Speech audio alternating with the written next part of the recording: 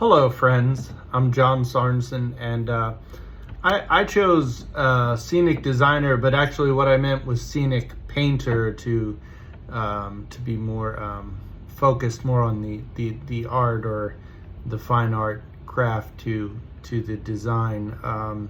So when thinking about a typical day for a scenic designer, we would usually start our day early to get maximize things like daylight, take advantage of those early hours.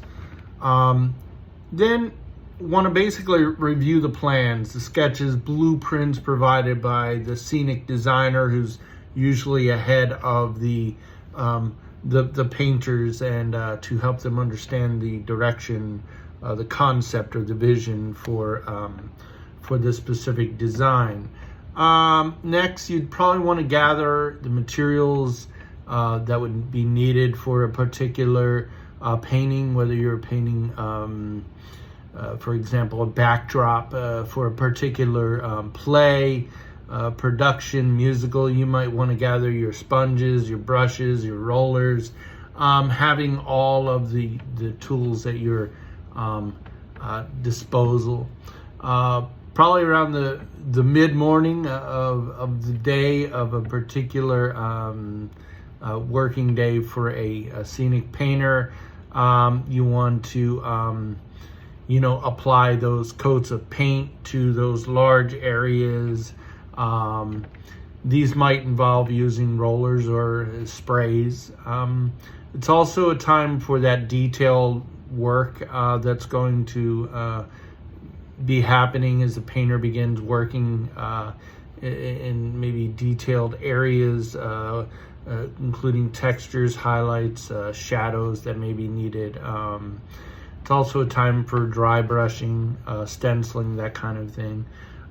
Usually, like with all jobs, there's a lunch break. A quick lunch break allows the painters or painter to rest, refresh, and regroup.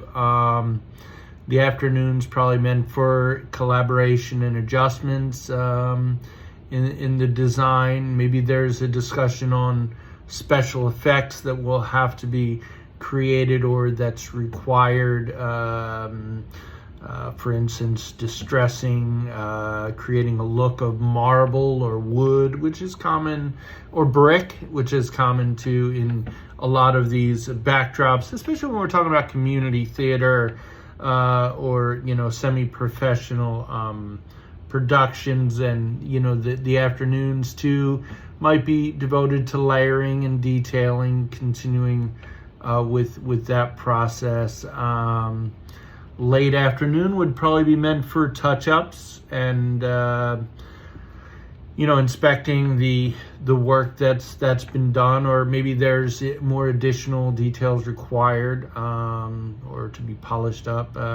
There's a time for cleanup. Of course, no one likes to be left with messy paintbrushes and tools for the next day. And with any job, there's going to be documentation. You're going to be taking photographs, notes, recording the process of the day's work, and then probably wrapping up with meetings, having a follow-up meeting with the production team, discussing where things are going, upcoming tasks maybe for the next day, or changes that the director or the scenic designer who has the concept may want to make changes. And then that's basically the day in the life of a scenic painter, and there is creativity in it, because you have to bring forth that vision of the the designer's concept. When we talk about scenic painters in particular, along with their set of skills, having the ability to work with other people, that's really crucial in an intense environment to try to bring forth a creative vision in a theatrical production. So basically that is the day in the life of a scenic painter. Thank you.